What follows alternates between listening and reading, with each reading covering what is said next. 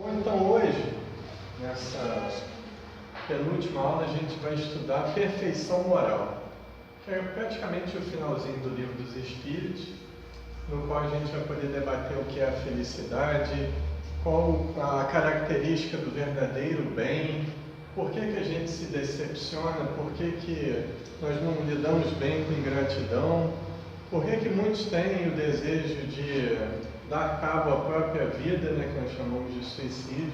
Isso tudo a gente vai ver hoje de forma resumida. Então, para a gente ganhar tempo, vamos começar pelas virtudes e pelos vícios. O que é uma virtude? Virtude é algo que a gente já tem de bom. É algo que a gente consegue fazer de bom para si mesmo e para os outros. Mas como a gente medir qual é a qualidade da nossa virtude? Qual o grau em que a nossa virtude está? O Livro dos Espíritos tem essa resposta para a gente. O sinal mais característico de imperfeição, qual é? Segundo o Livro dos Espíritos, eu concordo, é o egoísmo. O egoísmo elimina todas as outras virtudes. Por mais que algo possa parecer caridade, por mais que algo possa parecer a prática do bem, se a pessoa não tiver o desinteresse próprio, aquilo vai redundar em nada, apesar de aos olhos dos outros parecer alguma coisa boa. Isso é muito bem delimitado no Livro dos Espíritos. Então, o que define realmente a qualidade do bem que nós praticamos é a nossa intenção. Tudo na vida é regido pela intenção. É a nossa intenção que realmente vai fazer com que nós estejamos bem ou mal diante da lei de causa e efeito. Às vezes algo que parece muito ruim não foi tão ruim assim, e às vezes algo que parece tão bom não é tão bom assim, porque a intenção não foi tão boa, porque no outro lado a intenção não foi tão ruim. Então tudo é regido pela nossa intenção. Aí o Livro dos Espíritos, na questão 893, Kardec pergunta assim: qual a mais meritória de todas as virtudes? Seria a paciência? Seria o perdão? Seria a caridade? Seria a abnegação? Qual é a mais meritória? Nenhuma delas em especial. A mais meritória de todas as virtudes é aquela que é feita por desinteresse. Quanto mais desinteressado for uma atitude nossa, mais ela é meritória perante a lei divina. E é o que o Livro dos Espíritos diz aqui. Toda virtude tem seu mérito próprio, porque todas indicam progresso na senda do bem. A virtude, sempre que há resistência voluntária ao arrastamento dos maus pendores. A sublimidade da virtude, porém, está no sacrifício do interesse pessoal pelo bem do próximo, sem pensamento oculto. A mais meritória é a que assenta na mais desinteressada caridade. Então, quanto mais você faz um bem para uma pessoa ou para algumas pessoas, quanto mais você tiver desinteresse nesse bem que você está fazendo, mais é meritório aos olhos de Deus. Isso não cabe a ninguém julgar a ação dos outros, se foi feita por interesse, se não foi feita por interesse. Cabe à própria pessoa que está fazendo aquela ação analisar a consciência dela, analisar qual foi a intenção. A intenção foi ficar em evidência para construir uma figura ilusória de virtude? Se foi, depois ela vai ter que reconstruir isso nessa ou em outra vida. Se realmente foi para ajudar, porque viu que aquela pessoa estava realmente precisando de ajuda, então é uma virtude muito meritória, porque foi desinteressada. E quanto menos a pessoa possa retribuir para a gente o que a gente fez para ela, mais meritória é essa virtude, que a gente faz sem esperar nada em troca. Então, o Livro dos Espíritos ele não exaltou nenhum tipo de virtude. Ele falou, tudo que a gente fizer tem que ser por desinteresse pessoal.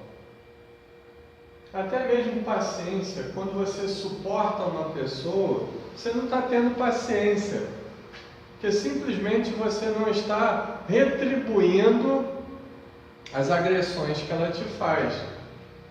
Mas você está se destruindo porque você não está sabendo lidar com aquela raiva que está represada.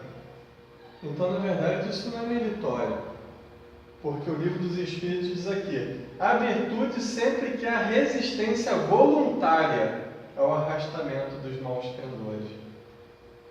Então, às vezes, a gente não reage por covardia, por conveniência. Não é porque a gente já conquistou a paciência. Né? Então, essa virtude não é só fazer o bem para os outros. Porque Jesus falou, ama o teu próximo como a ti mesmo. Então, se eu não amar a mim mesmo, se eu não tiver respeito, auto-amor, eu não vou conseguir amar as outras pessoas, porque eu não vou conseguir entender o que é isso. A gente só dá o que a gente tem. Isso aí é óbvio. Né? Então, como eu vou amar alguém se eu não consigo entender o que é o amor a mim mesmo? Né? E a gente precisa cada vez mais desmistificar essa figura de que auto-amor é egoísmo. De que nós temos que ter tempo para todos, mas não precisamos ter tempo para nós mesmos. Isso aí é um mito. Nós precisamos cultivar os nossos momentos sozinhos também. Né? E isso é uma virtude. Você conseguir se sentir bem com a tua própria companhia, sem depender sentimentalmente e emocionalmente dos outros, isso é uma grande virtude. Porque a partir do momento que você se sentir bem com você mesmo, você vai entender melhor a razão de ser de cada um. Você vai entender melhor o porquê das diferenças. Por que que um é assim, por que que o outro não é, e assim a gente vai caminhando para a luz. Então, o Livro dos Espíritos deixou isso muito bem elaborado, né? A prática mais sublime do bem, é aquela que é mais desinteressada. Outra coisa, Allan Kardec faz a seguinte pergunta: mas e aqueles que fazem o bem pensando em ter um cantinho bom lá no mundo espiritual? Eu vou dar o dízimo, porque eu não estou criticando nenhuma religião não, né? Daqui a pouco a gente chega no movimento espírita também. Eu vou dar o dízimo porque eu quero o meu cantinho no céu, porque eu já estou cansado de sofrer na terra. Né? Eu vou fazer a minha novena porque Nossa Senhora, e nenhuma crítica a Nossa Senhora, pelo contrário, ela vai me garantir a felicidade quando eu morrer. Aí eu vou fazer o bem, eu vou entregar a cesta básica, eu vou visitar o hospital, porque eu quero ir direto para nosso lar quando eu morrer. Somos nós espíritas, né? Porque espírita também é fanático às vezes, e não raro. Né? Então, Kardec faz essa seguinte pergunta: mas e os que fazem o bem pensando nisso? E aí os espíritos respondem novamente: quanto mais for desinteressado, mais meritória é a sua virtude. Por quê? O que vai marcar a nossa felicidade no mundo espiritual não é somente aquilo que nós damos para os outros, mas é nós sabermos lidar com os nossos sentimentos. Já fizeram a seguinte pergunta: independente do que eu fizer de bem com os outros, o que eu estou fazendo com os meus sentimentos? O que eu estou fazendo com a raiva que eu sinto por algumas pessoas? O que eu estou fazendo com meus medos? Nós temos medos? Algum tipo de medo? O que eu estou fazendo com eles? Vocês acham que essa raiva, esse medo, essa tristeza que a gente carrega quando é encarnado, vocês acham que isso vai sumir no mundo espiritual quando a gente desencarnar? Então o que eu estou fazendo com esse tipo de manifestação dentro de mim? E uma coisa não substitui a outra na lei divina. Não adianta eu dar 1000 cestas básicas para ajudar os pobres, também é meritório, dependendo da intenção com qual seja feita, se eu não trabalho a raiva, o ódio que eu sinto por algumas pessoas. porque isso vai continuar dentro de mim. E não são as cestas básicas, não é essa filantropia que vai apagar o que eu estou sentindo por alguém. Então, o Livro dos Espíritos é muito profundo, é muito direto, indigesto, né? Ele nos obriga a fazer um caminho mais complexo.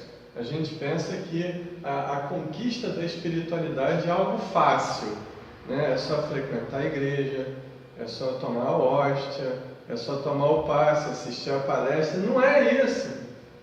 Existem pessoas que conseguem se autorrealizar sem frequentar nenhum templo religioso. E outras que frequentam templos religiosos, sejam eles quais forem, elas não conseguem se inteirar consigo mesmas. Diz Hamed o seguinte, que nós não somos aquilo que as pessoas dizem que nós somos. Nós não somos nem aquilo que nós pensamos que nós somos. Mas nós somos aquilo que nós sentimos. O que eu sinto é o que eu sou verdadeiramente. É a melhor versão de mim mesmo é a que eu tenho agora. Qual a melhor reencarnação que a gente tem? É essa, a última. A evolução é crescente. Ela tende a melhorar. Então, se essa é a última versão do espírito que está encarnado no corpo do Marcelo, não é obsessão não, está encarnação. Não é o que está impostado não, o que está o que sou realmente, né? É a melhor versão do que eu sou agora. Então, se eu sinto raiva, se eu tenho medo, se eu tenho tristeza nessa vida, nas outras foi bem pior. Eu não sei porque que tem tanta gente que quer escafungar em outras vidas e etc. Isso às vezes é terapêutico, mas às vezes surte um efeito contrário. Depende muito da finalidade com a qual a gente queira saber dessas informações, né? Isso também está enquadrado dentro do assunto do auto-amor, né? A gente aprender a se conhecer como um todo, e não através só dessa personalidade que a gente tem agora. Nós somos muito mais do que essa manifestação que a gente está vivendo aqui. Nós somos espíritos imortais, né? Quando a Dani morrer, acho que ela ainda tem mais uns 2 ou 3 anos de vida aí, no máximo, né? Brincadeira, Dani. Né? Quando a Conceição morrer, que acho que ela ainda tem mais uns 100 anos de vida, não quer não, Conceição? Então, quando a gente morrer, vai desaparecer gradativamente a Conceição, vai desaparecer a Dani, vai desaparecer o Marcelo gradativamente, para dar origem a uma nova personalidade numa próxima vida. Numa outra situação social, numa outra configuração, mas o espírito que encarnou-se durante várias vezes continua o mesmo. E é essa permanência que a gente tem que aprender a viver. Isso que o Livro dos Espíritos nos ensina. Não adianta a gente pensar em fazer o bem para ser feliz lá no mundo espiritual, porque lá também nós não vamos ser felizes completamente. Nem no mundo espiritual não existe felicidade contínua. A felicidade contínua não é desse planeta. Daqui a pouco eu vou mostrar que isso não é obsessão minha, né? Isso é coisa do Livro dos Espíritos, né? Nós não somos felizes por completo. Mesmo que a gente diga que mas a gente confunde muito felicidade com alegria. Felicidade com autorrealização, né? Felicidade é algo mais além. Felicidade é um estado contínuo de alegria. A gente vai ver isso daqui a pouco, né? Então, não adianta eu fazer o bem pensando em estar melhor no mundo espiritual, porque esse bem que eu estou fazendo pode ser simplesmente um ato de covardia. A gente consegue fazer muito bem para as pessoas que não competem naturalmente conosco. Entenderam? Não. Por exemplo, eu estou trabalhando junto com Maria Inês na mesma firma, hipoteticamente. Nós fazemos exatamente a mesma função. e nós estamos competindo ali pelo cargo que vai vagar daqui a pouco, porque a pessoa vai embora da firma, né? Será que eu consigo amar Maria Inês igual eu amo aquela pessoa que é simpática, que vai me servir o cafezinho, que em nenhum momento me oferece perigo? Será que eu consigo amar as pessoas que competitivamente, entre aspas, me oferecem perigo? Olha Jesus aí, né? Porque amar a pessoa que é simpática a você é muito fácil. Amar a pessoa que pensa como você é muito fácil. Porque a gente pensa que o templo religioso, a igreja, o centro espírita, o terreiro de Umbanda, tem que ser uma ilha paradisíaca, onde o amor reine, onde seja uma espécie de reino universal do amor, da paz, da fraternidade. Isso não existe. Isso é uma criação, isso é uma viagem de nós encarnados.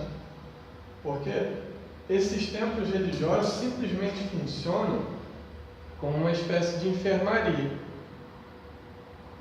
né? Onde a gente aprende a amar aquele que nos oferece resistência. Não foi Jesus que disse: amai os teus inimigos? Mas como a gente ama os inimigos? Será que é dando 3 beijinhos? Né? Dando um abraço hipócrita, rindo para eles? Eu não vou fazer isso, né? Se Jesus se materializasse aqui agora e falasse que eu tenho que fazer isso, eu deixaria de ser espírita, porque isso aí realmente não é verdade, né? O que Jesus quer de nós é autenticidade. O que Jesus quer que realmente nós tenhamos é autenticidade perante o outro. Porque é muito natural pessoas às quais nós não conseguimos conviver ainda. E outras pessoas que nós sentimos saudade, como da Conceição, que estava lá em Paris, e a gente aqui sentindo saudade dela, né? É apenas um exemplo. Então tem pessoas que a gente fica doido para ver novamente. Tem umas que se sumir, não é morrer não, mas se for para o Japão, né? Ou vocês não sentem isso não? Eu só estou falando que tem espíritos superiores, eu sou o único inferior daqui, né? Entendeu? Mas isso é coisa natural do ser humano. O que Jesus não quer é que nós sintamos ódio das outras pessoas, que nós não queremos nos vingar das outras pessoas, né? Por exemplo, qual a mãe que não fica com raiva do seu filho? Ou do neto, a avó? Qual o genro que não fica com raiva da sogra? Né? É claro que nós temos raiva das pessoas que nós amamos. E a gente tenta esconder isso, mas a gente não consegue, porque isso é do ser humano. O que eu não posso cultivar é ódio das pessoas. Raiva é um fenômeno natural, que eu não tenho que esconder que eu estou com raiva, né? Mas isso precisa ser trabalhado, assumido e trabalhado. Então, essa pergunta de Kardec se encaixa muito bem. Porque se a gente não tiver um nível de equilíbrio aqui, no mundo espiritual nós não vamos ter. Porque a gente pensa que o mundo espiritual é algo igual o Gasparzinho, né? Aquela coisa romântica, né? Bonitinha e etc. Tem nada a ver com isso. O mundo espiritual é algo muito natural e muitas vezes até parecido com isso aqui em muitas ocasiões. Nas dimensões mais próximas a gente do mundo espiritual, a vida é bem parecida com essa bodega aqui, né? Então a gente não queira desencarnar e pensar que vai se transformar de uma hora para outra, porque não vai, né? E as pessoas que a gente foge delas, lembra da competição, Maria, natural, né? E essas pessoas que a gente foge delas, que a gente detesta, geralmente são as pessoas que Deus vai botar no nosso caminho de novo, para que a gente possa se entender, aprender a amar, para poder crescer consciencialmente para a luz. Reconcilia-te com teu adversário enquanto estás a caminho, porque senão o adversário te entrega ao oficial de justiça, o oficial de justiça te leva ao juiz e o juiz te encarcera na prisão. Isso não foi eu que inventei não, tá? Isso aí está lá no Evangelho de Mateus, isso foi Jesus que falou. Então, apesar da própria consciência, a nossa consciência de culpa, né? Então, o que Jesus falava era tudo o que acontece dentro de nós. Então, Kardec fez uma outra pergunta. E os que fazem o bem esperando recompensa no mundo material? Perdão, eu escrevi errado aqui. No mundo material, né? É aquele... Não vou falar de partido, tá, gente? Aqui eu não estou defendendo ou atacando A ou B. A gente está aí com um problema seríssimo no nosso país em relação a isso. Mas tem um político que chega e patrocina a indústria da pobreza. Ele só aparece faltando 2, 3 meses antes da eleição e milagrosamente ele consegue resolver os problemas de todo mundo naquela comunidade. Coisa que o desgraçado deveria ter feito os 4 anos. Né? Mas ele só faz faltando 2 meses para a eleição. Por quê? Porque a memória do povo é curta, infelizmente. Né? E ele faz aquilo, ele está fazendo o bem, não deixa de ser o bem. Porque ele está dando um saco de cimento para um, ele está matando a fome do outro. Só que isso é um paliativo. E qual a intenção dele fazendo isso? Dele ou dela fazendo isso? Isso é meritório? Isso é desinteresse, como a gente viu no Livro dos Espíritos? Pois é. Então, mais uma vez, o Livro dos Espíritos marca ponto. Né? Próximo. Aquisição de conhecimento no mundo material e no mundo espiritual. Vocês já pensaram por que vocês estão nessa aula aqui de hoje? Não é porque vocês gostam de mim, não, também. E a recíproca é verdadeira. Né? Mas é um motivo muito maior do que esse. Né? Nós poderíamos, por exemplo, estar assistindo uma novela, uma série, um filme, estar jogando sinuca, não seria nenhuma má ideia dessa. Né? Ou estar jogando futebol, ping-pong, ou outras namorando, não sei. Mas nós estamos aqui buscando um alimento para a nossa alma. Por quê? Porque nós já temos necessidade desse alimento.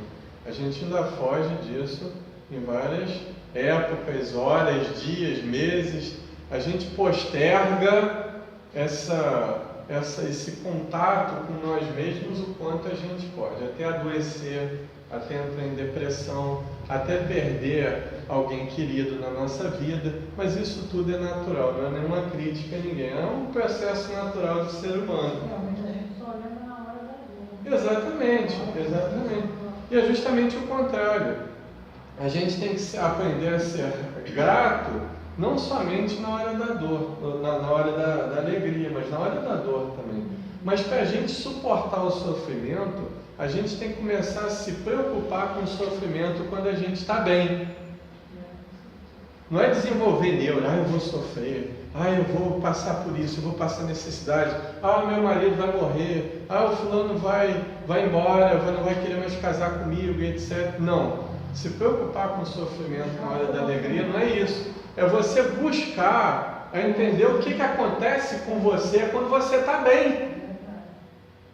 Porque quando você perde alguém, e isso aí mesmo para nós espíritas, quando morre alguém muito querido da gente, da família, um amigo muito querido, etc., a gente fica desbaratinado mesmo, a gente fica sem chão durante algum tempo. Isso é muito normal e não adianta fingir que não é, porque é. A gente já não se desespera mais, ou pelo menos não era para se desesperar, mas a gente sente saudade.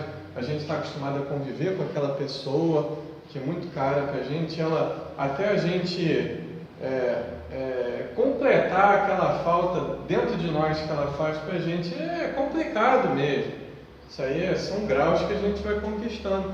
Mas, se a gente começa a entender, querer entender isso na hora que a gente está bem, na hora que a gente está feliz e alegre, então na hora que acontecer, a gente já está muito mais bem preparado. Né? Quer um exemplo? Meu sobrinho, aquele desgraçado, né? Quando ele tinha 6 anos de idade, eu fui levar ele para o colégio um dia. Aí o que claro, eu já dei aula durante alguns anos. Não é que o vagabundo, ele estava estudando para a prova na viagem Da casa dele até a escola ele não tinha estudado nada. E aí já sabem qual foi o resultado na prova, né? Lógico. E o pior é que era a língua portuguesa, a qual eu sou professor, né? Mais um motivo para afundar o crânio dele. Mas eu não fiz isso não. Mas depois ele aprendeu a lição. Por que eu usei a figura de uma criança? Porque nós somos meio infantis nesses processos aí. Eu não estou xingando ninguém não, é a constatação da verdade, né? Porque a gente deixa para buscar Deus na hora do sofrimento, na hora do desespero. Só que aí a gente não tem equilíbrio suficiente para entender. E é isso que Kardec se preocupou no Livro dos Espíritos. É a gente ter essa substância para que na hora que faltar o alimento, a gente esteja com o nosso celeiro cheio de grãos, para não passar fome. Entenderam o símbolo? Entende? Então é mais ou menos por aí. A outra coisa. Qual o rico mais culpado perante Deus? Qual o rico que deixa de ajudar as pessoas que é mais culpado perante Deus? Está lá no livro dos... Ninguém leu, né? Eu já sei. Não, tu não leu não, Marina. Eu não li não. Eu li.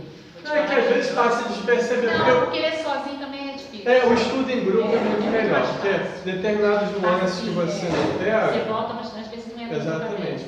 Mas está lá no livro dos Espíritos. Tudo bem? O rico mais culpado aos olhos de Deus, aquele que deixa de ajudar os outros com o que ele tem, é o que já foi pobre um dia. Porque ele conhece exatamente a dificuldade. Entende? Porque a pessoa que nasceu na abastança, ela não sabe, por exemplo, o que é você andar dentro de um ônibus igual sardinha enlatada, o pessoal pisando no teu pé, o pessoal se aproveitando das mulheres, esfregando as mulheres dentro do ônibus, etc. Né? Aquela falta de educação, não sabe o que é, por exemplo, chegar numa fila do SUS 3, 4 horas da manhã para pegar uma ficha e às vezes não conseguir. Não sabe, por exemplo, o que é ficar na fila de espera para uma cirurgia 2, 3, 4, 5 anos, precisando daquela cirurgia. Eles não sabem. Mas o que já passou por isso e hoje em dia está lá em cima, ele sabe. Ele sabe exatamente o quanto dói, o quanto é difícil viver nessas circunstâncias. Então, se ele não faz, ele é mais culpado aos olhos de Deus. Concorda? Não? Eu acho que o Livro dos Espíritos está muito atual nesse sentido, né? Quando a análise do comportamento alheio é válida? Que é um vício, né? Fofoca é um vício. Não? Ou não? Não é não, Maria Cláudia Regina? A gente deixa tomar conta da vida de si para tomar dos outros. Exatamente. Mas então a gente não pode fazer análise do comportamento alheio? Quando é válido isso? Quando serve alguma coisa, né? Quando serve para você mesmo. Né? Quando você está analisando o comportamento da outra pessoa para ver se você não está fazendo igual. Porque existe um fenômeno psicológico estudado na psicologia analítica, transpessoal e várias outras, que se chama projeção. Às vezes o que você está condenando na pessoa é aquilo de você que você está enxergando na pessoa como se fosse um espelho. Entendeu? Então, quando você vê os defeitos do teu marido ou o marido da esposa, isso pode ser uma projeção. Isso salva muito casamento. Se souber interpretar, se souber e se quiser investir nesse estudo, né? Se quiser. E se quiser, exatamente, né? Então, a análise do comportamento alheio é válida quando primeiro a gente vê se nós não somos assim, né? E tem certas coisas que a gente não pode passar por cima, né? Eu acho que uma das características mais assim, fragantes do amor é a verdade. O amor ele não é mentira. O amor não combina com mentira. Você não precisa mentir para as pessoas que você ama. Você tem que mentir para uma pessoa porque você não ama, porque você não confia nela. Né? Então o amor ele tem que andar lado a lado com a verdade. Onde existe mentira e onde existe omissão, pode ter a certeza que não há amor verdadeiro. Há afeto, carinho, mas amor não. Porque o amor não combina com a mentira. Né? Então é isso que quando a análise do comportamento alheio é válida. Então a gente passando para o outro, agora são as paixões. Né? O que vocês acham da paixão? É bom ou é ruim? É bom encerrar. Eu me lembro, a primeira vez que eu me apaixonei na vida, eu tinha 11 anos de idade, sabe? Aquele coração começa a bater, né? A gente demora mais no banho. Lembra disso, entendeu? Não, mas isso é do ser humano. Vocês nunca sentiram isso, não? Claro que sim. Já sentiu, Francês? E qual é? Quando eu sou de lá.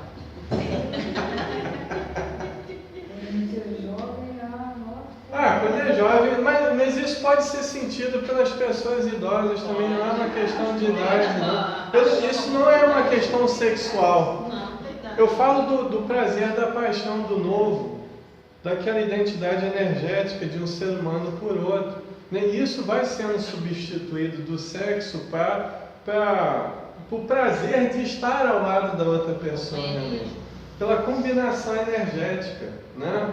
Então, quem nunca sentiu isso? Né? Por exemplo, quem ama fazer alguma coisa, por exemplo, eu amo jogar videogame, eu amo ver o jogo do Flamengo, eu amo estudar o livro dos Espíritos, isso não é uma paixão? É ruim, né? Agora, eu amo me drogar, eu amo beber exageradamente, é uma paixão também. Mas a paixão não é boa nem ruim, depende do uso que nós vamos fazer dela. Como tudo na vida. Dinheiro é ruim?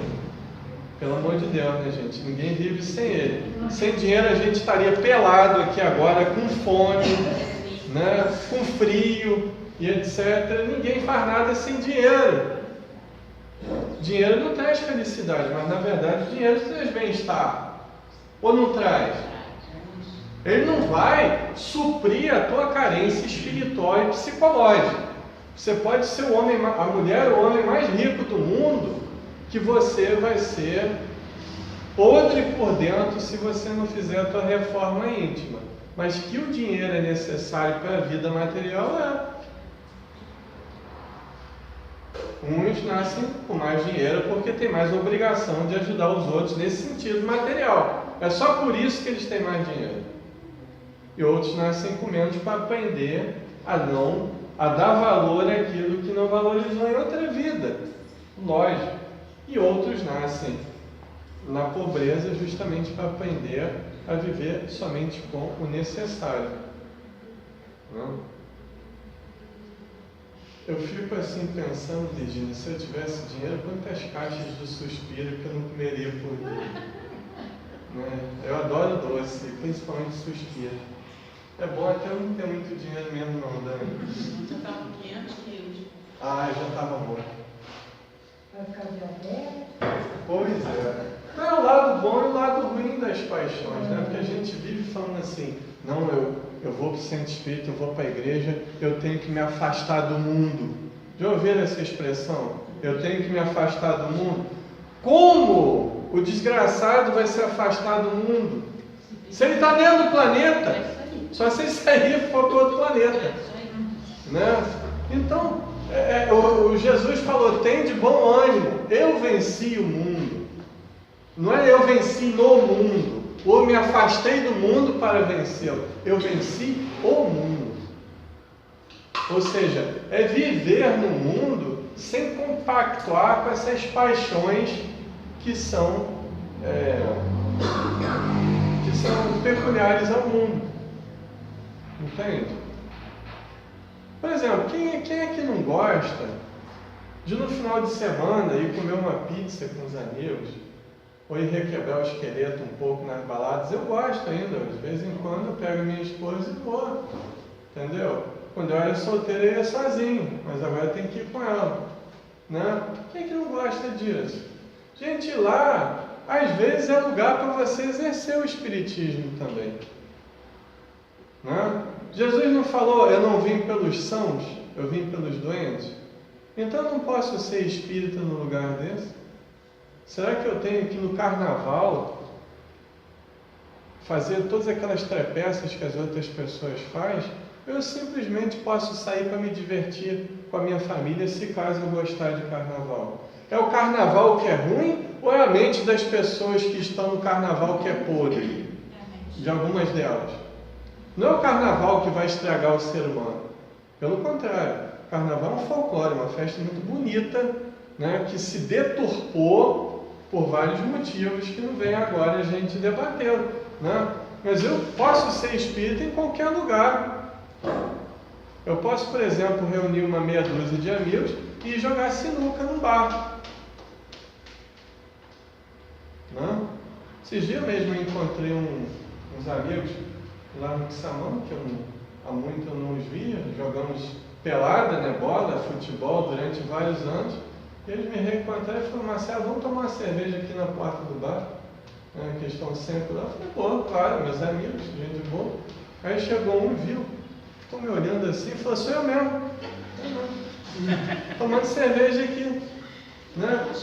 Ah não, mas bar tem obsessores, tem, né, tem espíritos das trevas, vampiro, né? Mas se eu não tiver sintonia, nenhum vampiro vai sintonizar comigo. Eu já vi um pastor tomando cerveja na porta do bar. Graças a Deus. Todo mundo assim, olhando para ele assim. Deixa eu olhar. Agora, na hora de pagar a conta, quem é que paga? Os outros ou ele? Não é verdade? Então, a gente não deve satisfação a ninguém do que a gente faz, a não ser a nossa própria consciência. Entende? Sem contar que é uma delícia, né? Desde que seja com moderação. E desde que você não dirija. Principalmente. Né, eu aproveito para fazer o reclame, porque a bebida tem matado muita gente no Brasil. Bebida e direção realmente não combinam. Eu não estou fazendo apologia aqui ao alcoolismo. Eu só estou dizendo para a gente parar de hipocrisia e dizer que se você tomar um copinho de cerveja com umas pessoas legais, você vai estar sendo afastado de nosso lar. Entendeu? Não pode tomar o tonel todo, o estoque todo de cerveja que tem no bar, pelo amor de Deus. Né? Aí no outro dia você está com a cabeça explodindo, acorda 3 horas da manhã, pensa que é 8 horas ainda, né? Aí está no mau humor danado, tem que tomar engove, e daquele ciclo vicioso. Aí também você já está destruindo o teu corpo. Mas não sou eu que vou julgar essas pessoas, né? Quem julga as pessoas é a própria lei de causa e efeito. Você vai destruindo o teu corpo, assim como a mente também você vai destruindo quando você tem pensamentos ruins, né? Isso aí os vícios não são só materiais. E todo vício, gente, ele é uma fuga. Até o vício de doce é ruim, como você mesmo. Tudo. Eu confesso, eu estou me policiando, porque eu tenho isso. Eu também tenho vício de doce. Pois é, são 2 então, meus parabéns, porque eu também sou. Vamos fundar os docólatras anônimos, Eu né? não consigo comer um biscoito doce, por exemplo, eu como uma parte inteira. Pois é, eu também sou assim, né? Eu tenho esse lado infantil. Às vezes como uma caixa de suspiros sozinho, vendo filme em casa à tarde, né? Quando eu estou de folga. Mas o fato é que nós temos isso, que a gente tem... Porque, olha só, se a gente está exagerando em alguma coisa, vocês podem ter certeza. Nós estamos tentando evitar a realidade de outra. É um fenômeno de compensação. Você come muito para tentar dar cabo à tua ansiedade. Você bebe muito para afogar tuas mágoas. Não é isso que se fala por aí? Né? Então, mas na verdade, você não afoga tuas mágoas, Você não se livra da ansiedade e você só bombeia o teu corpo com substâncias que são, em grande escala, nocivas. E a gente não resolve o nosso problema. São mecanismos de fuga, né? Só, eu sei que não pode falar, não sabe que a gente está gravando. Não pode falar. Isso tudo que você falou, eu vi um rapaz esse dia no Facebook, ele botou que tinha bebido o dia interior todinho. Aí botou a culpa porque tinha trocado a marca da cerveja e botou a culpa no fígado, que ele estava passando mal. É não era dele. É igual você come um barril de feijoada e fala, pô, aquela azeitona acabou comigo. Foi a azeitona que não estava boa.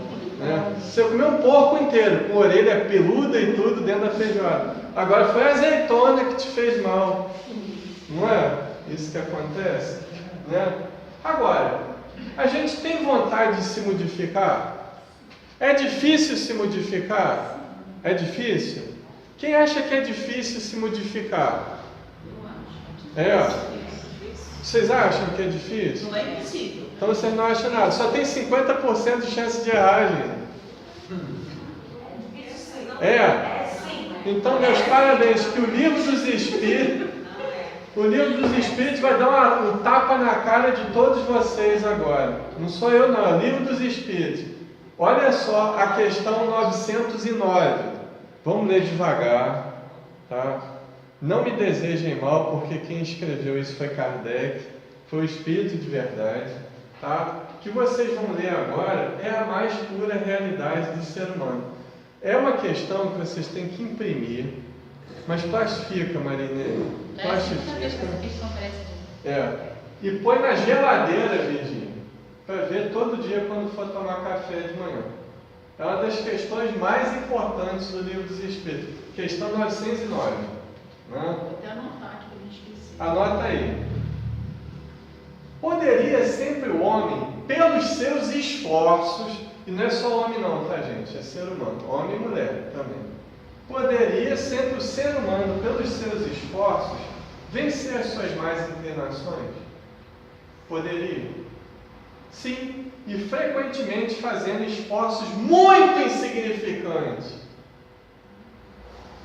Então não é difícil, somos nós que fazemos a vida difícil. Somos nós que criamos ilusões com o nosso orgulho, que faz os problemas se superdimensionarem. Ou o Livro dos Espíritos está errado? Não? Tá. O que lhe falta é a vontade. Né? Com poucos dentre vós fazem esforços. Você está com um problema depressivo muito grande, mas você não pode ir na consulta do psicólogo hoje porque é o último capítulo da novela. Se eu perder a novela, eu me mato, eu pulo lá do... Eu não tenho nada contra quem vê novela, tá, gente? Pelo amor de Deus. Entendeu? Entenderam a prioridade que a gente dá na nossa vida? Foi um exemplo tosco que eu dei, mas é verdade. A gente vai deixando os problemas verdadeiros da nossa vida relegados a segundo plano. Né? Qual o problema maior? Eu trocar de carro ou eu resolver minha ansiedade? Né? Qual o problema maior? Eu conseguir comprar aquela casa tão sonhada, é claro que isso é muito importante, mas eu resolver o ódio que eu sinto pelas pessoas. A gente pensa que a gente vai fazer isso no mundo espiritual, não vai deixando para o mundo espiritual não, que vai se estrepar. Vai sofrer demais lá. Porque a hora de fazer é aqui. E não tem idade não. Né? Se a Conceição está fazendo, a gente faz também. Né? Tem outra pior, gente.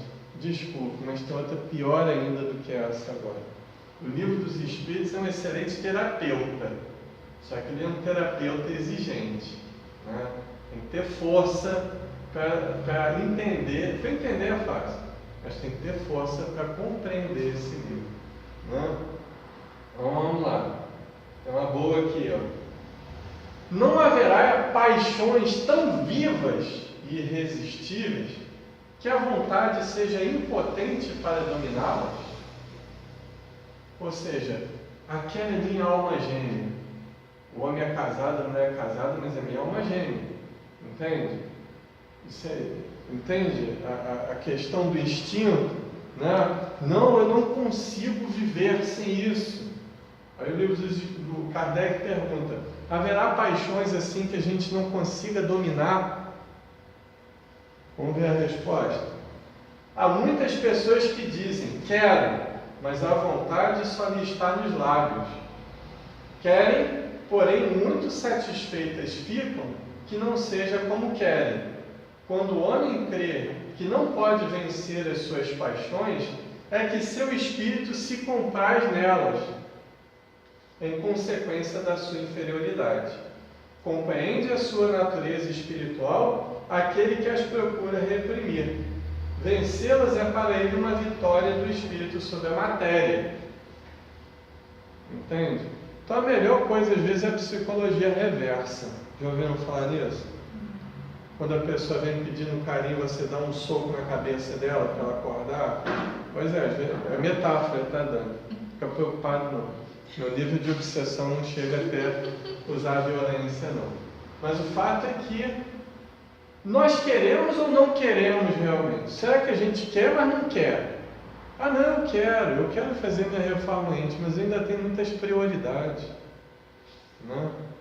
Eu tenho que ir a Miami, eu tenho que ir nas Ilhas Seychelles, eu tenho que comprar uma jaqueta nova, eu tenho que mudar meu carro, isso tudo antes de eu fazer minha reforma íntima. Né? Será que a gente realmente quer se mudar? Né? Porque o primeiro que aparece tentando nos ajudar, o que a gente faz? A gente se afasta. Porque incomoda. Né? Vocês já perceberam que às vezes as pessoas que mais incomodam a gente são as que mais nos amam? Eu tive um professor na faculdade que eu tinha vontade de matar ele. É sério.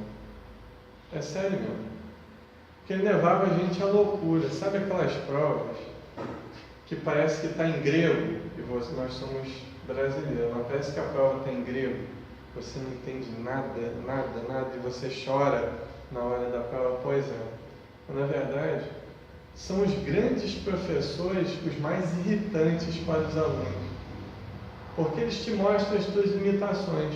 E eles querem que você vença essas limitações.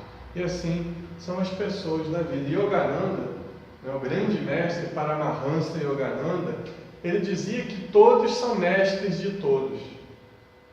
Dona Conceição é minha mestra, a Maria Inês é minha mestra, Maria Regina é minha mestra, Marlene, por incrível que pareça, é minha mestra. Né? Todos nós somos mestres de todos nós. É que a gente tem mania de idolatrar determinadas pessoas. Mas a gente tem a aprender, todos têm a aprender com todos. Quando a gente se conscientizar realmente disso, boa parte dos nossos problemas vão estar resolvidos. Né? Todas as pessoas que passam pela nossa vida têm uma função. Que passem temporariamente ou que fiquem conosco durante a vida inteira, não importa. Mas elas têm uma função na nossa vida. A gente só precisa entender qual a lição que essas pessoas têm a oferecer para a gente. Tá bom. A prática da abnegação. Quando você aprende a abnegar, o que significa abnegar? Não é deixar para lá de forma omissa, mas abnegar significa você ceder porque você entendeu aquela circunstância. Então você cede e você aprende a ir um pouco mais além. Jesus exemplificou isso muito bem no Evangelho. Quando alguém te pedir a tua capa, oferece também o alforje. Quando alguém quiser andar 1 quilômetro contigo, anda 2 com ele. Está lá no Evangelho de Mateus. Entenderam o que Jesus quis passar? Não quer dizer que eu tenho que andar 3 quilômetros, mas quer dizer que eu tenho que ir um pouco mais além com essa pessoa. Até eu ver que realmente não tem mais jeito. Até eu ver que aquela lição já foi aprendida.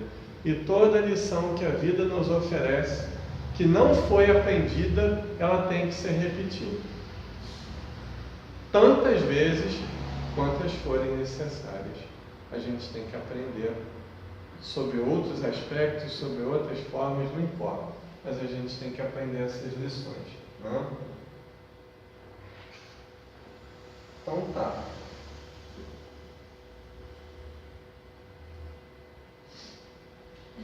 E o egoísmo? O mais radical de todos os vícios, né? O egoísmo é o pai de todos os vícios. Se a gente for ver, qualquer tipo de vício que a gente tem é egoísmo. Por exemplo, suicídio é egoísmo? Né? É duro falar isso. Mas você não pode falar isso para uma pessoa que quer se matar. Tem que ter cuidado mesmo, senão ela se mata porque ela vê que realmente ela é pior do que ela pensava. Né? Mas o fato... Tá rindo, né, Maria? Não vou falar isso para uma pessoa que esteja atendendo iminente para um suicídio. A gente tem que amaciar a carne para quando ela estiver bem, dar uma porrada mais forte. Né? Você não pode dar uma porrada de uma vez só porque mata a pessoa. Né? Aí é covardia também. Mas tudo, absolutamente tudo que a gente faz pensando em nós mesmos é egoísmo. Né? Por exemplo, você comprou um pote de sorvete, Dani. Ou você comprou de um sabor que o Alessandro não gosta. Aí você chega em casa, aqui amor, comprei sorvete pra gente. A Alessandra vai pensar assim, é desgraçado, ela sabe que eu não gosto desse sabor, então ela comprou para comer sozinha. Entenderam o exemplo? Né? Então você finge que está fazendo negócio para os outros, mas na verdade você está fazendo é para você mesmo. Né? Você está lá adequando o ambiente ao teu modo para que você se sinta bem naquele ambiente e as outras pessoas que se danem. Isso não acontece, não? Não? Mas se tu trocar um pote de sorvete por caixa de bombom, é verdade. Mas ainda tem o bombom. Você pode comprar uma caixa de Caribe ou você pode dar uma caixa de crocante para ele. Aquele duro. Hein? Caribe da morte. Exatamente. Né? Vocês sabem que é o Caribe, né? Não sei se vocês gostam, né? Aquele de banana, aquele bombom é maravilhoso. Com umas 3 caixas daquela sozinho. Então, gente, é isso. Nós temos feito realmente o bem para beneficiar os outros ou nós temos feito o bem para beneficiar unicamente a nós mesmos? Nós também não podemos ser hipócritas, porque todo bem que a gente faz para os outros, a gente visa nós mesmos. Né? A gente sabe que a gente fazendo algo de bom para os outros, nós também nos estamos beneficiando, ou não? Né? Mas aí na emoção. Sim, mas você primeiro está vendo o bem-estar comum. Você não está fazendo as coisas de forma com que aquilo surta efeito bom para você mesmo. Não, quando você, por exemplo, dá alguma coisa, eu me emociono muito quando eu dou alguma coisa, preparo um presente para levar uma pessoa. A minha emoção é uma coisa incrível, eu sinto um prazer muito grande na fazendo isso. Sim. Então, isso é egoísmo, eu sentir esse prazer. Por exemplo, vou comprar uma camisa do Flamengo para você, eu sei que você ama o Flamengo. Então, tu imagina a emoção que eu vou sentir sabendo que bem você que vai isso receber, poderia acontecer, hein, você, quem sabe? Sabendo que você vai receber aquele presente, feliz, satisfeito, porque eu estou dando uma coisa. Sim, lógico, mas é isso que eu estou falando. Então, mas aí não é egoísmo, né? Agora, se você fala assim, pô, vou agradar o Marcelo, vou comprar a camisa do Fluminense mais cara que tem para dar vez, Não, que esse eu é dou um soco na cabeça. É, lógico. Mas então, mas isso não deixa, isso aí não é um egoísmo meu pensar em você com tanto carinho que você vou dar uma Não, de forma mas nenhuma. esse prazer que eu sinto É bom para você. é muito bom. Mas não é recriminável você sentir prazer pelo bem que você está fazendo. Eu sinto mais emoção em dar o presente que a pessoa vai receber. Legal, então Eu está no sinto caminho muita certo. emoção em presentear alguém. Agora, se você, é igual, por exemplo, você quer dar uma roupa para uma pessoa que você sabe que é uma roupa que você acha legal e que a pessoa não gosta. Entendeu? Essa é a diferença. É a diferença. Não? Você pode até dar sem saber o gosto, mas com uma ressalva. Olha, eu comprei essa, mas aqui está o cartão. Lógico. Né? Porque a gente também não adivinha o gosto. Pois é. A necessidade de se chegar ao fundo do poço, tanto individualmente quanto coletivamente. É necessário, às vezes, você chegar ao fundo do poço para começar a melhorar. Né? O que está acontecendo no nosso país? Volto a afirmar, não estou atacando nem defendendo partido nenhum. Até porque, para mim, hoje em dia, nenhum deles presta. Nenhum deles, sem exceção. Enquanto não mudar a ideologia partidária no Brasil, e veja bem, eu não estou falando de um partido ou de uns partidos, eu estou falando de todos eles. Enquanto não mudar essa ideologia partidária do egoísmo, de fazer primeiro para mim e depois para os outros, porque se eles fossem honestos realmente, o nosso país, como está numa recessão, eles renegariam o salário, um aumento de salário que já é astronômico. E não tem esse nem aquele, todos eles. Entende o que eu estou falando? Mas eu não vim para cá para falar mal de Brasília, né? Até porque isso acontece no Brasil inteiro. Né? Tem cidades, por exemplo, que a receita da Câmara Municipal é a receita da cidade. Ou seja, tudo que é arrecadado na cidade é para suprir despesas da Câmara Municipal. Existem várias cidades no Brasil que estão assim. Entende? Isso é egoísmo. A base disso é egoísmo. Não adianta a gente falar de teoria sem esquecer a vida prática do que a gente passa lá fora. A realidade é dura, mas é a realidade. Entende? Então, a gente precisa chegar ao fundo do poço. Né? Eu falo, mas eu estou em depressão. Eu falo, que ótimo.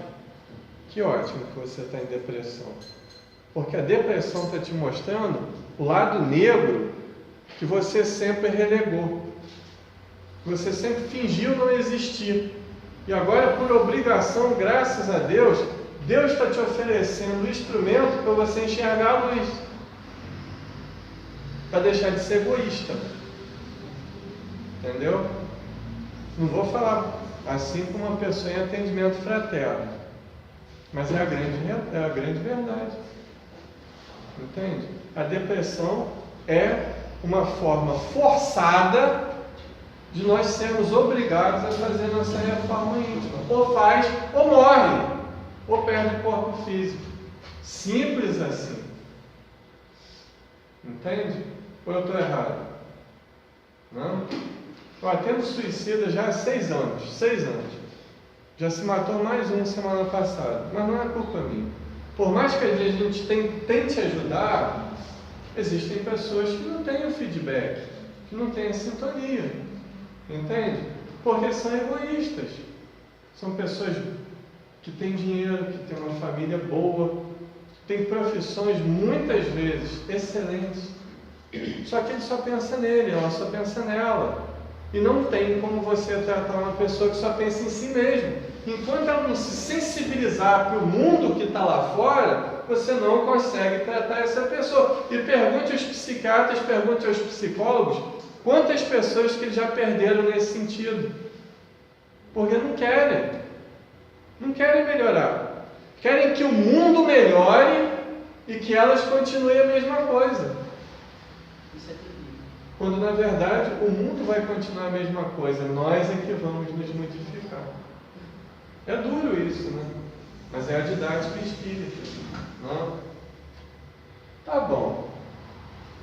A terapêutica espírita contra o egoísmo é justamente isso. É o autoconhecimento e é a reforma íntima. O Livro dos Espíritos não diz que você não precisa das outras pessoas para fazer isso. Você precisa muitas vezes do atendimento fraterno, você precisa da psicoterapia. Aliás, eu acho que todos nós deveríamos fazer psicoterapia. Eu fiz durante algum tempo, eu sou meio doido ainda, preciso fazer mais. Né? Mas é bom que todos nós façamos atendimento fraterno. Né? Qualquer tipo de ajuda psicológica é muito bem-vinda. Agora, a ajuda maior é a que vem de dentro para fora. Né? Existe um ditado árabe: nós podemos levar o camelo à fonte para beber água, mas nós não podemos obrigar o camelo a beber a água. Né? Jesus salva? Salva? Não, acho que é a gente, né? Gente, parem para pensar friamente. Salva se a gente quiser. Já tem 2000 anos que esse ser magnífico de luz, de ilibada evolução veio ao planeta e não conseguiu modificar o planeta. 2000. Vocês já pararam para pensar que na terra que Jesus pisou, é a terra que temos, jorra mais sangue, é a terra que tem mais ódio, é o pedacinho de chão que tem mais ódio na face da terra, é onde Jesus pisou. Por isso ele pisou. Hein? Imagina se ele não tivesse pisado. Imagina, exatamente, eu penso dessa forma. Imagine se ele não tivesse ido lá. Não? Pois não. Então,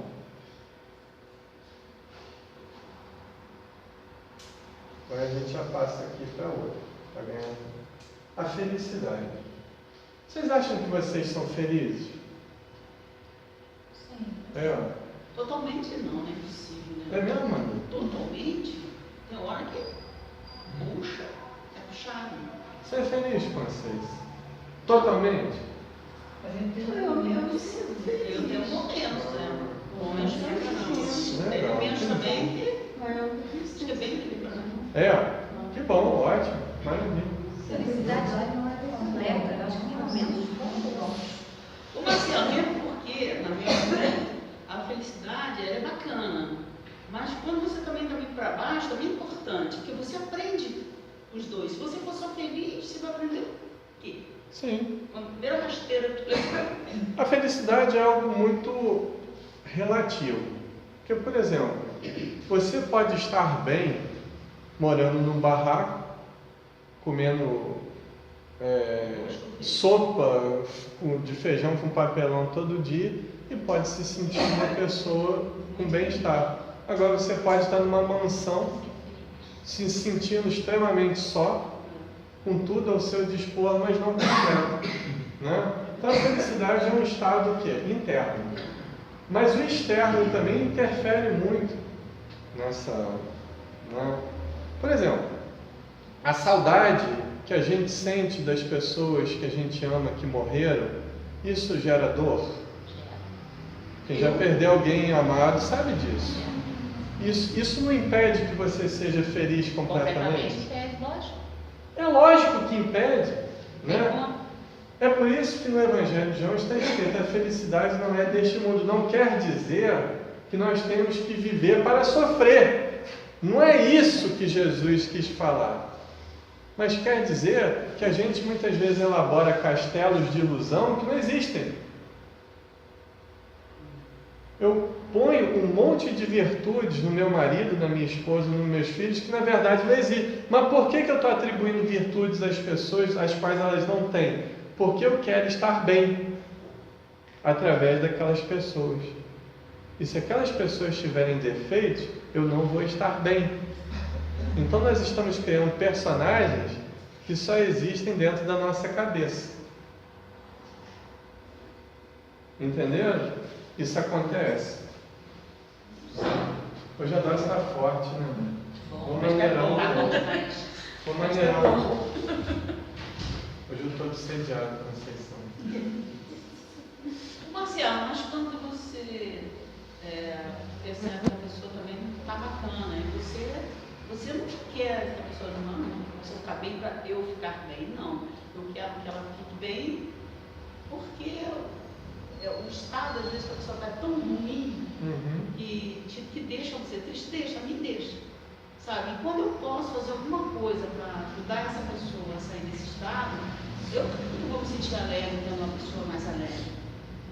Lógico. Entende? A casa, pessoa da cabeça. mas você pode ter certeza, nos atendimentos que eu faço, 90% das pessoas que se separam da outra desejam que elas sejam infelizes. Eu nunca desejaria isso a ninguém. Você não, mas muitas pessoas ainda desejam. Nossa. Ou a pessoa é feliz com você, ou que vá para o inferno. Isso é dito eu, moço. Isso é amar? Deus, nunca, nem a ela. Né?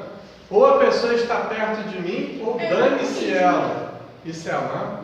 Não, isso é um ódio profundo. Né? É igual, por exemplo, você é da igreja. Você resolve sair da igreja e ir para o terreiro. Aí você descobre quem realmente é teu amigo. Porque quem é teu amigo vai continuar te amando, respeitando o seu jeito de ser. Né? Agora, quem não é teu amigo é porque era uma questão de conveniência, porque você era importante materialmente para aquela pessoa, algo parecido. Entendeu? Quem nos ama gosta da gente como nós somos. Não? Então a felicidade é relativa e o Livro dos Espíritos diz isso na questão 920. Não? Pode o homem gozar de completa felicidade na Terra? Pergunta de Kardec. Não. Por isso que a vida lhe foi dada como prova ou expiação. Dele, porém, depende a suavização de seus males e o ser tão feliz quanto possível na Terra. Gente, então se eu tiver que ser igual a Conceição e eu vou chegar lá um dia, não, eu estou falando sério mesmo.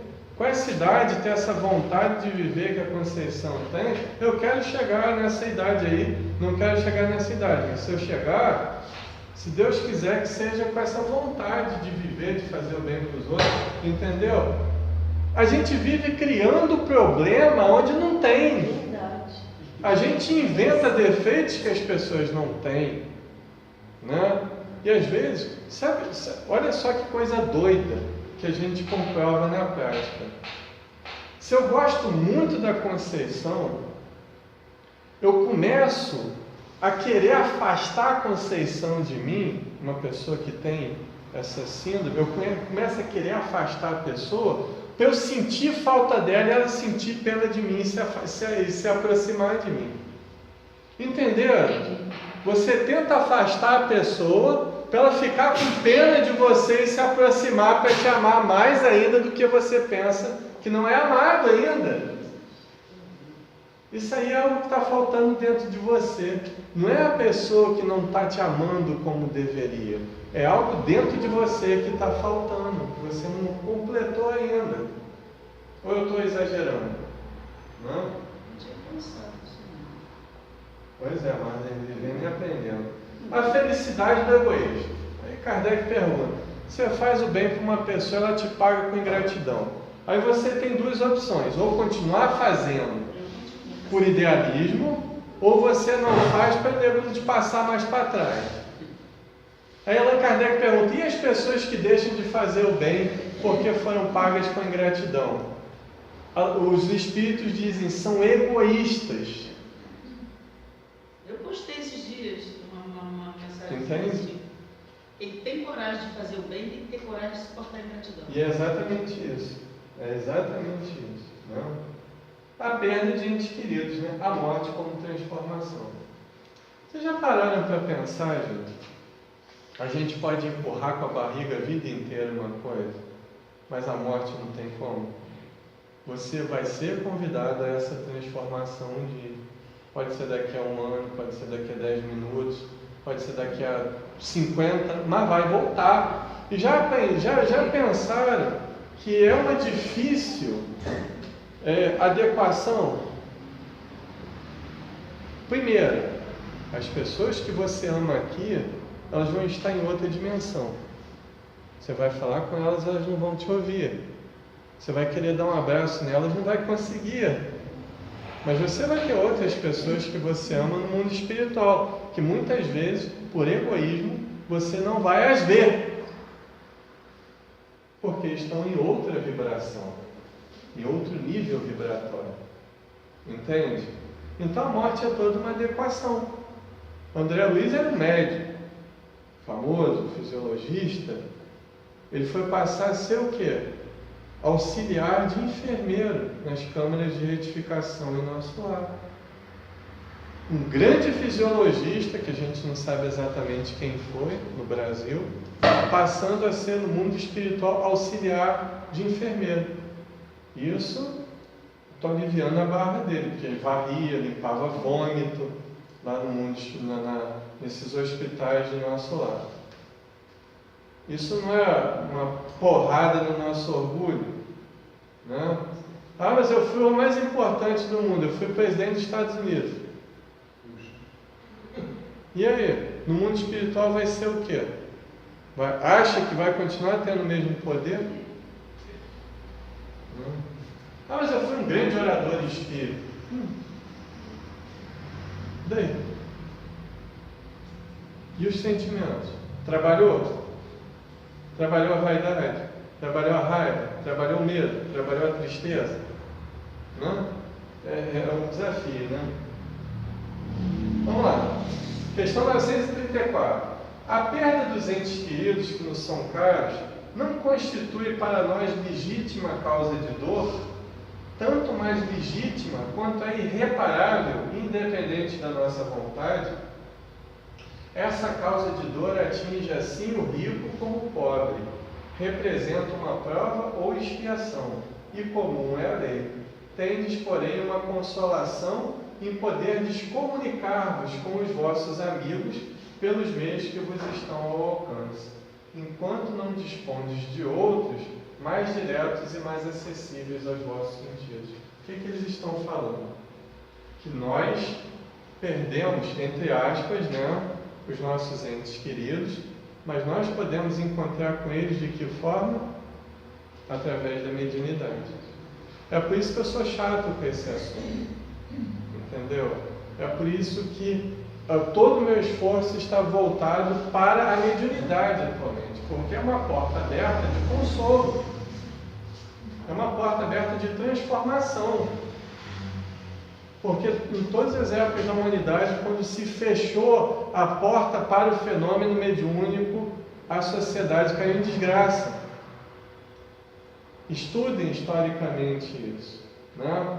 Vai chegar um momento que vão surgir aparelhos e já estão sendo elaborados no mundo espiritual e já estão sendo aperfeiçoados no mundo material, que a gente não vai precisar mais de intermediário, nós vamos poder nos comunicar diretamente. Isso vai estar um pouco ainda, está um pouco longe ainda, mas vai acontecer. Entende? É isso que os espíritos estão dizendo. Então, um dos apelos que a espiritualidade amiga diz: abram as portas da mediunidade, porque esse é um dos focos de transformação do planeta. Entende? É uma das formas de nós sanarmos.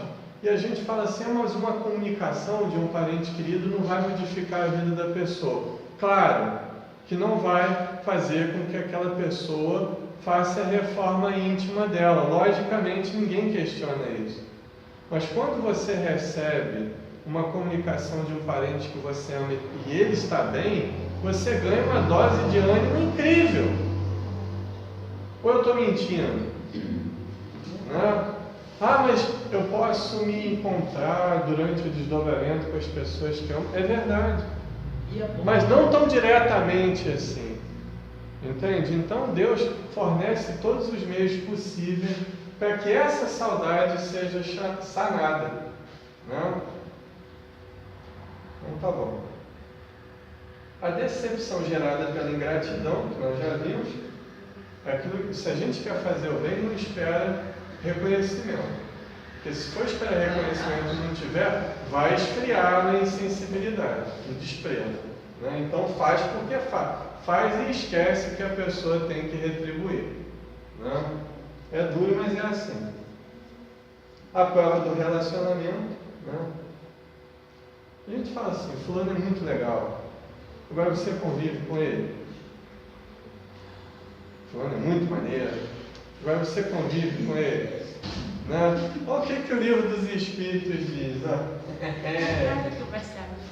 939. A questão, eu só peguei um trecho dela para vocês não infartarem. Não, eu estou brincando, é o trecho que interessa para a gente. Quantos não são os que acreditam amar perdidamente? Encontrei o meu príncipe encantado. Ouça, a princesa do sapatinho de cristal, né, que vira tamanco de pau. Né? Quantos, vou encenar, gente. Quantos não são os que acreditam amar perdidamente? Só faltou a música de fundo, né? Porque apenas julgam pelas aparências. E que, obrigados a viver com as pessoas amadas, não tardam a reconhecer que só experimentaram um encantamento material. Mas ele era tão lindo, mas tão podre. Ela era tão linda, mas tão leviana. Então, não basta uma pessoa estar enamorada de outra que lhe agrada e em quem supõe belas qualidades. Vivendo realmente com ela é que poderá apreciá-la. O príncipe encantado tem seu lado lobisomem, né? E a princesa do sapatinho de cristal tem seu lado cuca. Ouviram falar da cuca? Né? Eu estou falando cuca para amenizar, para vocês não pensarem que é preconceito contra a mulher. Né? Tá bom. Vamos ver com a gente se a gente gosta das pessoas convivendo. E o divórcio? Né? Eu estava numa palestra, eu não vou citar nomes, é só para vocês entenderem o que eu vou falar, até porque vocês nunca vão saber quem foi e aonde foi. O orador estava falando assim, exatamente assim. Nós devemos avaliar o nosso casamento a fim de que nunca aconteça o divórcio. Eu falei assim, que vontade de dar um soco na cara desse malandro. Eu estava pensando comigo, entende? Eu sei que vocês não querem bater em alguém, mas eu sou um espírito inferior, ainda tenho essa vontade, né, de bater em alguém. Né? É claro que ninguém se casa para divorciar-se. É lógico que ninguém se une para brigar. Mas existem fases da vida ou situações que é melhor você viver separado do que você se matar, do que você se desrespeitar e desrespeitar o outro. Né? Existem aquelas pessoas que têm vício. Elas estão num casamento, elas se interessam por várias outras pessoas. Isso é um vício. Né? Mas existem também aquelas pessoas que já não dão mais certo uma com a outra.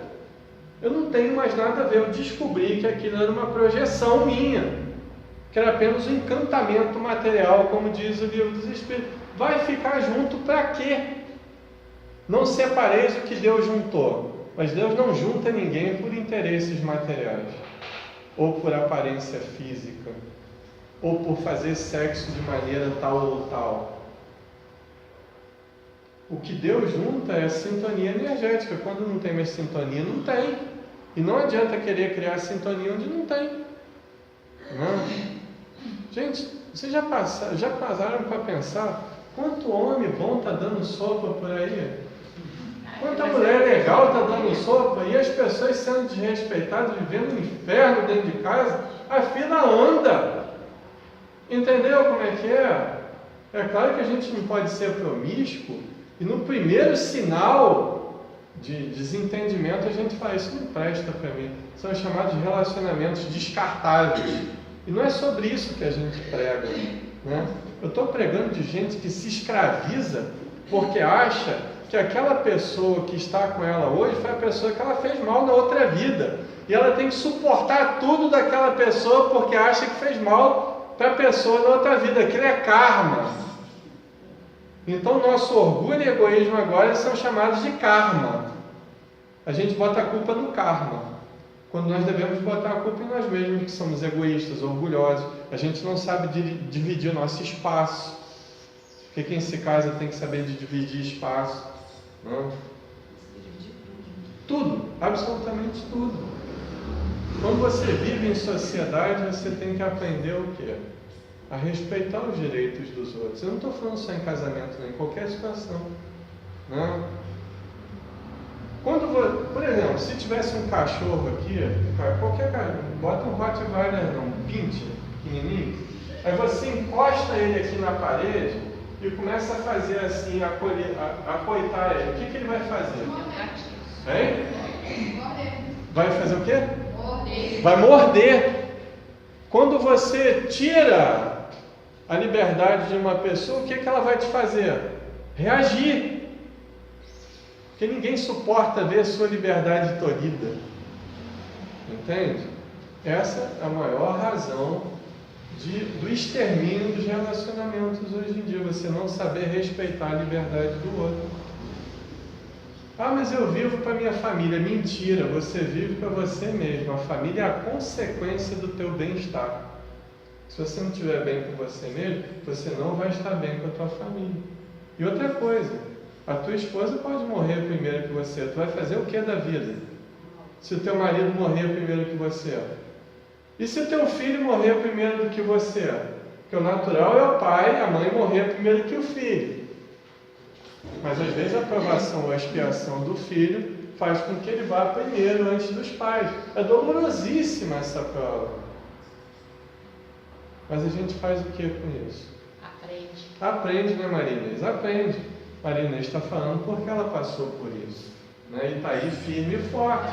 Prova que é possível suportar e lidar com essa situação. Todos nós somos capazes. Todos nós, sem exceção. Não? Então é isso. Suicídio, né? Atenuantes e agravantes. Então, para terminar, vamos nessa. De onde nasce o desgosto da vida? E sem motivos plausíveis se apodera de certos indivíduos. Né? Isso serve tanto para o processo depressivo quanto para a vontade de se suicidar, que é uma decorrência natural de alguns casos agudos de depressão. Né? Efeito da ociosidade. Forte, verdadeiro. Falta de ocupação útil. Se desenvolver algum tipo de ocupação útil para si mesmo e para os outros, vai diminuir o grau de depressão. Terapia ocupacional. Entendeu? Dr. Inácio Ferreira diz que boa parte dos casos de depressão resolve-se com uma vassoura. Mas não é para voar não, André. É para varrer o chão. É isso, gente. É duro, mas é verdade. O livro dos Espíritos está falando. Ociosidade. Cabeça vazia. Oficina do diabo. É uma metáfora. Oficina do diabo. O que é o diabo? O diabo são essas coisas que a gente fica pensando quando não tem nada para fazer de útil. Estou obsediado? Eu estou exagerando? Não. Efeito da ociosidade, da falta de fé. Eu não estou falando de fé em Deus, não. Amém. Né? Vamos rezar um terço no centro. Isso, nada disso. Eu estou falando da fé interior. Não adianta eu ter fé em Deus se eu não tenho fé em mim mesmo. Porque uma coisa é decorrente da outra. Porque a partir do momento que eu desenvolvo fé em mim mesmo, eu passo a me conectar com algo superior. Alguns caem no materialismo, porque se acham autossuficientes no universo. Outros compreendem uma força superior quando já desenvolvem essa fé interna, né? Que não tem nada a ver com religião. Uma pessoa sem religião pode ter muita fé, e uma pessoa com religião pode não ter fé nenhuma. Né? E também da saciedade. Para aquele que usa de suas faculdades com fim útil e de acordo com as suas aptidões naturais, o trabalho nada tem de árido e a vida se escoa mais rapidamente. Ele lhe suporta as vicissitudes com tanto mais paciência e resignação, quanto obra com o fito da felicidade mais sólida e mais durável que o espera. Ou seja, ele trabalha. Ela trabalha pela própria felicidade. Não fica se lamentando nos cantos, dizendo: ó, quão desgraçado eu sou, quão infeliz eu sou, ninguém me compreende, eu sou uma vítima da sociedade. Esse discurso, ele cada vez mais vai atrofiando a capacidade da pessoa em se melhorar. Eu sei porque eu já tive uma fase que eu tive um determinado grau também de vitimização na minha vida. Entendeu? A gente precisa tomar umas porradas bem firmes para acordar. Porque senão não acorda. Isso vem naturalmente com a vida. A didática de Deus, ela vem primeiro pelo amor. Né? Pelo amor, a gente pode modificar a nossa vida. Não precisa sofrer. Sofrimento é opcional. Agora a dor não tem jeito. A dor da transformação. Você tem 20 anos. Quando você tem 40, você já não faz mais as coisas que você fazia quando tinha 20 anos. Fisicamente, tá? Falando. Quando você tem 80, você não faz mais as coisas que faz quando tinha 50. É natural. Desgaste natural do corpo físico. Você tem que saber também as suas limitações. Agora, aqui dentro não tem que ter limitação. Porque o que rege o corpo é a alma, é a mente. Homens sãos e mentes sãs, diz o princípio grego, né, que é usado pelos professores de educação física. Né? É uma harmonia entre corpo e espírito, entre mente e matéria. Né? Então, a partir do momento que você arruma ocupação, você vibra pelas pessoas que estão precisando de ajuda, você vai ajudando a curar a tua depressão. Eu acho que todo mundo que tem depressão deveria ir com a Conceição no SOC e visitar os pacientes. Era uma ótima terapia para quem tem depressão. Ela não é, Mônica? Não é verdade? Entendeu? Eu estou até meio sumido de lá, mas eu vou voltar por causa do horário. Eu estou com saudade daquela galera boa lá. Eu sei, mas eu estou em contato com o SAMU, que eu estou doido para voltar lá, que o horário não dá não, eu vou voltar.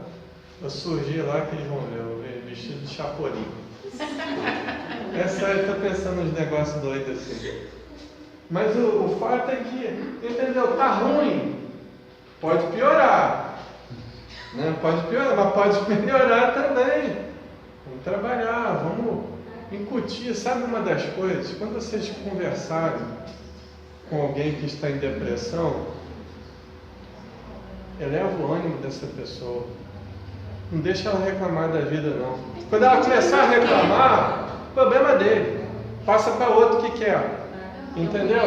Quando ele começar a reclamar da vida, fala, mas você é tão forte, você é tão belo, pode estudar, pode trabalhar, pode fazer um curso, pode andar na rua, pode tomar sol, pode visitar os doentes. Lá tem um monte de gente em depressão esperando o teu apoio. Marcelo, eu faço isso. Com certeza, Conceição. Entendeu? A pessoa chega reclamando, eu começo a... É isso aí. Vai fazer alguma coisa boa por alguém. Mas eu não gosto de visitar o hospital, então procura outra coisa. Faz algo de bom para alguém, uma ação social. Ah, mas eu não gosto de centro espírita, eu não gosto de igreja. Faz sozinho. Se engaja num programa de assistência social. Faz alguma coisa por alguém. É assim. Vai diminuir a depressão. Entendeu? Ah, não, mas eu estou muito debilitado, eu não posso. Gente, pelo amor de Deus, isso é vitimização, entende? É aleijado, é tetraplégico, não é.